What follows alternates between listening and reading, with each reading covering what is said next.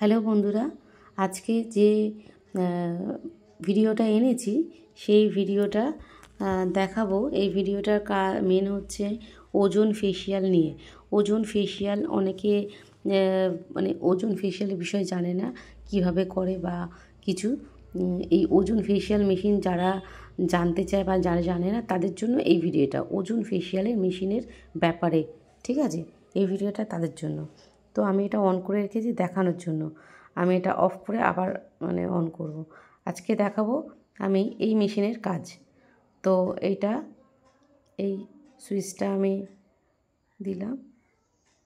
তো এরপর আমি পুরোটা দেখাবো। অন করে রেখেছি আমি দেখানোর জন্য। এবার আমি অফ করব। অফ করে তারপরে কিভাবে করতে হয় ফেসিয়ালটা, তো সেইটা আমি বলবো। এই সুইচটা অফ করলাম, এবার আমি অন করলাম।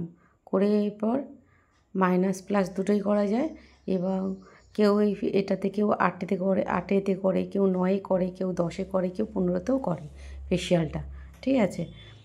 তো যে যেমন স্কিন সেই বুঝে।